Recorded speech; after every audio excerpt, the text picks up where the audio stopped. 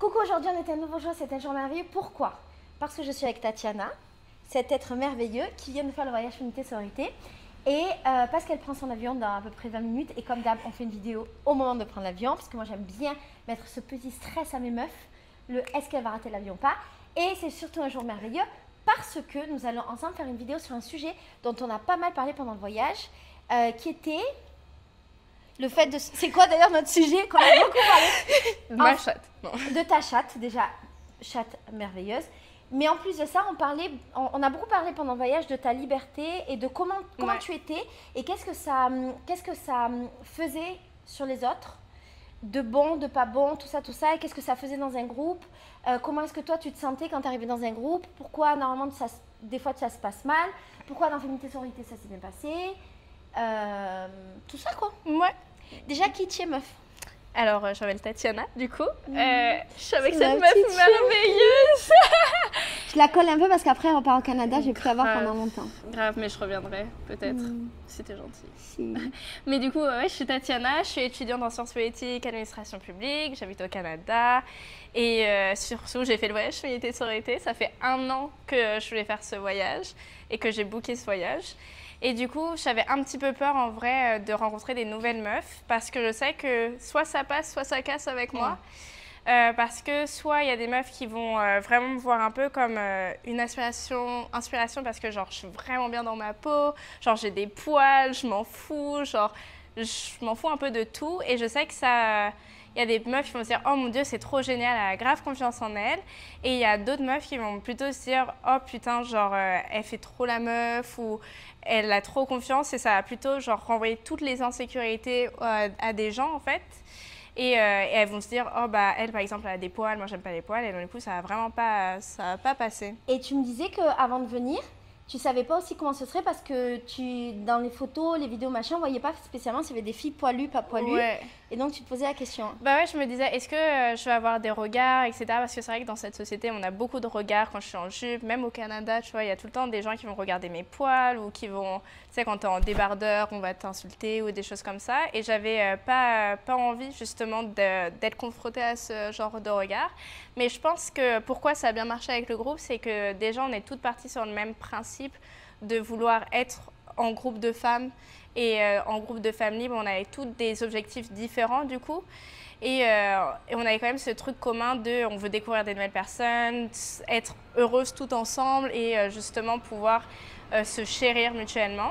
Mais c'est vrai qu'à certains moments, genre je sais que j'arrive facilement à danser ou des choses comme ça. Et j'avais un peu cette impression de trop bien faire. Et que les filles justement se disaient... que j'avais pas besoin, par exemple, c'est des trucs bêtes, mais autant d'encouragement, parce que moi je leur donnais tous les encouragements, mais vu que j'y arrivais déjà, peut-être que les filles elles disaient bon bah elle a pas besoin. Et c'est vrai qu'en discutant avec d'autres meufs, bah, elles m'ont dit justement que ça leur faisait un peu peur et que ça leur renvoyait certains trucs du fait que oh moi j'y arrive pas, mais elle elle y arrive. Et c'est vrai que ça leur faisait un petit peu ce décalage. Mais je trouve que c'est super intéressant au final de voir moi aussi individuellement, de voir que bah, je n'ai pas à me restreindre. Parce que justement, on en parlait, je me disais, ouais, est-ce que je fais semblant de mal faire juste pour essayer de m'adapter un peu plus au groupe? Et tu l'as pas fait? Ouais, non, bah non. Genre, je me suis dit, bah, en vrai, je kiffe ma vie. Et puis, c'est pas comme si non plus j'étais en train de bien faire les trucs et que je m'en foutais des autres, tu vois. J'étais toujours la première. Ouais, c'est ça, j'étais toujours la première à genre, encourager tout le monde. Et genre, c'était juste moi qui kiffais ma vie et qui kiffais avec les autres. Et ça, je pense que c'est important aussi. C'est pas ce truc de la meuf qui arrive à tout faire et puis qui laisse les autres de côté. Je pense pas que c'était le but du... Et c'est marrant parce que, tu vois, si t'avais été un homme, t'aurais jamais pensé ça, en fait. Ouais, Si t'avais été un homme, t'aurais été trop fière d'être le mec qui fait tout, t'aurais été hyper encouragée. Et là, en fait, de toi-même, t'as voulu te restreindre. Ouais. C'est dingue, hein, quand Ouais, on c'est est mince. ouf parce que justement, je me disais, j'ai pas envie que les filles se sentent Moins bien. moins bien ou qu'elles disent, oh la meuf, elle Mais est-ce qu'un homme, il pense à ça? Bah, je pense pas. Je pense pas, c'est ça qui me casse les ovaires. Ouais. Les ovaires, c'est vrai, ça casse tout. Les Ouais, ovaires. parce que justement, je pense que les hommes n'ont pas ce problème. On leur apprend directement à être le plus fort, le plus machin. Et puis, on leur donne une légitimité dans ce qu'ils font. Tandis que nous, on a tout le temps à prouver et reprouver et contre-prouver ce qu'on fait. Et du coup, si on n'est pas parfaite, eh ben on se sent pas légitime. Et quand on fait bien, et ben on se sent comme avec le complexe de l'imposteur. C'est ça. Et ou bien on se sent pas de faire de la peine aux autres, machin. C'est très complexe. Et je pense que ce qui est aussi intéressant, c'est que si on n'était pas qu'un groupe de femmes et qu'il y avait des hommes, je pense que je me serais encore plus permise de me sentir bien avec moi parce que j'aurais cette validation des hommes. Tu vois que là, le fait que ce soit que des femmes autour de moi, ça fait que je n'ai pas vraiment de validation de femmes, mais plutôt une certaine, pas une concurrence parce que c'est pas du tout ça le principe du projet Féminité Sororité, mais plutôt genre ce regard externe de femmes entre femmes. Si. Qu'un homme, il aurait vu une meuf qui sait danser, faire machin, qui s'accepte. C'est plutôt attractif que des meufs vont se dire « Ah, genre moi je suis pas comme ça, etc. » Donc, ouais, mais c'est pour ça que c'est important aussi de faire ce genre de voyage avec des femmes et de voir à quel point on est toutes différentes et qu'on a plein de problématiques à traiter et qu'il y a des personnes qui vont pas se sentir bien vraiment dans leur corps, mais que tu peux être une certaine source d'inspiration, mais qu'on est toutes des sources d'inspiration. Moi, j'ai beaucoup appris de meufs qui sont, tu vois, il y en a qui ont fleuri, genre c'était trop beau à voir. On était toutes bienveillantes, dans tous les cas, on était un groupe de fous. Mon préféré. Ouais, le groupe 25. En fait, j'ai à tous les groupes que c'est vrai. Non, mais c'est pas grave. Nous, on sait que c'est vrai. Que c'est ça. Voilà, on sait que ça te Mais tu vois, ce qui est intéressant, c'est qu'au final, souvent les meufs me disent qu'elles se comparent et on se compare toujours aux autres meufs pour se déprécier. Ça se dit en français? Déprécier? On va le dire que ça se dit. Ouais. Ça se dit en français, Roxane? On a une personne derrière qui valide. Pour se déprécier. Et toi, dans ton cas, tu te comparais aux meufs. Alors, pour te déprécier, mais pas pour dire « Ah, je suis moins bien », mais pour te dire « Ah, en fait, je suis vraiment bien, je suis vraiment à l'aise, je me sens bien dans ce que je fais. Et est-ce que je devrais pas faire moins bien ?» Et c'est terrible parce qu'en fait, on passe notre vie à se comparer tout le temps, pour tout, en fait, en permanence. Même quand t'es bien, tu essayes de trouver une faille, tu essayes justement de légitimer tes failles. Et du coup, tu disais que les filles pouvaient penser que tu n'avais pas besoin d'encouragement. Mais est-ce que toi, dans ça, est-ce que toi, tu as aussi besoin d'encouragement? Tu dis quoi, Roxane? Je dis que c'est alors, non, mais je pense que c'est faux parce que je pense qu'au contraire, les femmes fortes... Exactement, Roxane, que tu n'entends peut-être pas, elle dit « Moi, je pense que toutes les femmes, même les femmes fortes, elles ont besoin d'encouragement. » Tu veux venir? Non, je veux pas qu'on m'attaque. On a essayé. Mais ouais, je suis grave d'accord. Je trouve que toute personne a besoin d'encouragement, même pas pour la validation, mais juste même pour l'ambiance en vrai que ça procure et pour... Tu sais, c'est une énergie et que si tout le monde donne des énergies, c'est mieux que après tu peux te sentir seule. Il y a un livre que je lis sur ça qui est génial, qui s'appelle Illégitime, je crois, ou... Non, le sentiment de l'imposture. Ah putain, ouais. Et il est sur ça, il est exactement sur ça, sur pourquoi nous les femmes, qu'est-ce que la société, elle nous enseigne pour que nous les femmes, on ait toujours le sentiment de l'imposteur, alors que les mecs, eux, ils ne l'ont pas.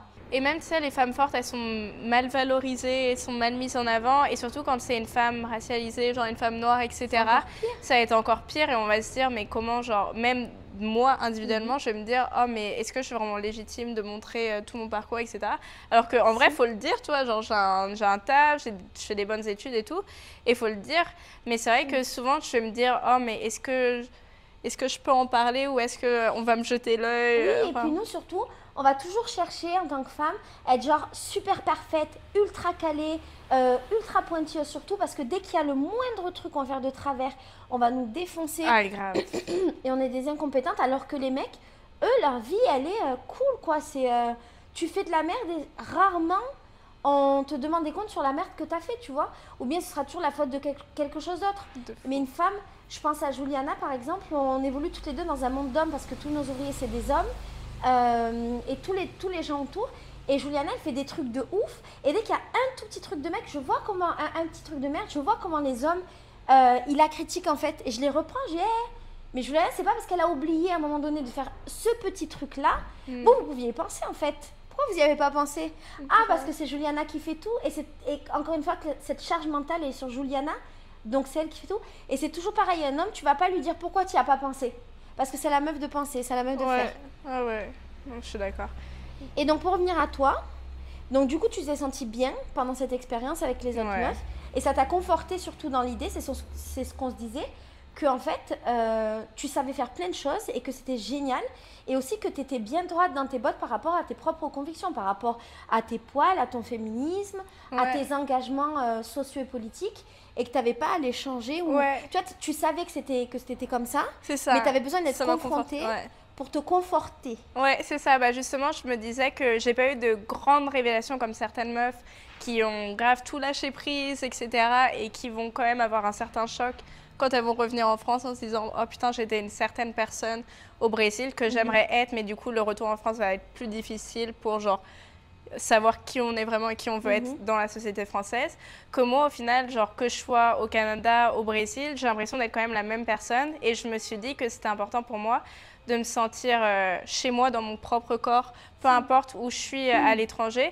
Et c'est là que ça m'a fait du bien. C'était vraiment ça, cette révélation, en me disant que bah, je suis bien dans mon corps, peu importe où je vais pas m'excuser d'être qui je suis. Et je vais, ouais, c'est ça. D'être aligné, quoi. Exactement. Et ça, je pense que c'était une belle leçon que j'ai eue pendant ce voyage, de juste savoir que bah, je suis bien alignée avec moi, j'ai mes valeurs, mes convictions, et que j'ai pas peur d'être qui je suis, peu importe les regards, etc. Et ça, c'était super important parce que j'avais quand même peur du regard des autres, mais après, je me dis que dans tous les cas, on peut pas aimer tout le monde et tout le monde ne peut pas nous aimer, enfin, à certaines mesures, bien entendu. Et que bah, dans tous les cas, je serais toujours confrontée à des regards, à des pensées. Et puis, c'est pas forcément des gens qui t'aimeront pas, c'est aussi des gens peut-être qui n'ont jamais réfléchi à ce que tu leur proposes. Tu vois, par exemple, une meuf avec des poils, bon, la société nous en montre pas beaucoup. Donc, il y a des gens, ils se sont même pas posé la question et ils ont peut-être pas vu. Et donc, ça crée des trucs chez eux. Et le premier réflexe, quand on est face à quelque chose qu'on connaît pas, souvent, c'est le rejet. C'est ça. Mais c'est pas forcément qu'ils t'aimeront pas. Et peut-être que en vrai, tu crées des choses, tu crées des pistes de réflexion, des ouvertures ou pas. Ou bien tu confortes aussi les gens dans le fait que ce que tu représentes, c'est pas ce qu'ils veulent. Et c'est très bien aussi, c'est très acceptable. Une meuf qui va te regarder et dire voilà, bon, moi, les poils de jambes, en fait, c'est pas ce que j'aime. Bah, c'est très bien. Ouais. Ce qui est compliqué, c'est une femme qui va vouloir t'imposer à toi de changer pour correspondre à son idéal à elle. Non, mais je pense ça, c'est complexe. Mais tu l'as pas vécu dans le voyage. Ouais, de fou. Parce que d'une part, tu es tombée sur des meufs hyper bienveillantes. Et d'autre part, le voyage, il est organisé et pensé et très bien organisé. Très bien organisé. Et organisé pour que, je pense que c'est son chauffeur qui vient la chercher. Génial. Il est organisé pour que ce soit hyper inclusif pour tout le monde, que tu aies des poils ou pas des poils, un voile ou pas un voile, que tu aimes la viande ou que tu manges des légumes. Enfin, il n'y a pas de différence. Exactement. Et d'ailleurs, un truc très intéressant, ou pas, c'est que je parlais avec une autre petite donc, qui s'appelle Automne, qui fait partie du voyage. On parlait du fait qu'elle me disait également, mais moi, je ne voyais pas de poils et donc je ne savais pas si... c'est pas lui. Attends, ouais, souvent, ça va être ma famille. Ma famille qui va me faire des critiques sur les poils ou « Oh, tu devrais t'épiler » ou des trucs comme ça. Bon, en vrai, j'ai grave appris du coup que tout ce que les gens vont me dire, surtout quand c'est ma famille, surtout ma mère ou malgré tout l'amour que j'ai pour elle, ça, elle va peut-être me dire des petits trucs qui vont me blesser. En fait, je vais réaliser à quel point elle projette toute son âme sur moi, en fait. Et que tout ce qu'elle dit, en fait, c'est tout ce qu'elle ne ferait pas. Et donc, du coup, elle le projette sur moi. Et à partir du moment où j'ai compris ça, j'ai compris que bah, c'était même plus personnel. J'ai arrêté de prendre les choses personnellement. Ouais, c'est ça. Tu l'entends, mais bon, ouais, c'est ça. Ouais, de fou. Ouais, surtout que c'est pas constructif et que c'est vraiment elle qui projette toutes ses peurs sur moi et que souvent elle a peur, même les tatouages, des trucs comme ça, elle a peur justement que ça ait des contraintes dans ma vie future, des trucs comme ça, mais... Oubé, je rentre travail. Ciao, ciao. La conclusion de ça, ma poulette. Alors déjà, faites le voyage, parce que vous allez rencontrer des personnes trop formidables et que vous allez vous dépasser et que vous allez découvrir plein de choses. Ouais, je pense que c'est la première conclusion. Ensuite, la deuxième conclusion, ce serait plus... vous excusez pas pour qui vous êtes, juste vivez les choses et on s'en fout en vrai de ce que les gens vont te dire. À partir du moment où tu vas comprendre que tout ce que les gens vont te dire, c'est juste le reflet de leur propre insécurité et de leur propre peur et qu'au final, tu n'auras même pas à les prendre pour toi et personnellement, je pense que ça veut dire beaucoup et ça va beaucoup aider les gens dans leur processus d'acceptation et de juste vivre pour soi en vrai et aller au Brésil en vrai parce que c'est trop bien. C'est ma gueule. Bisous. Bon. Ciao. Bisous. Merci.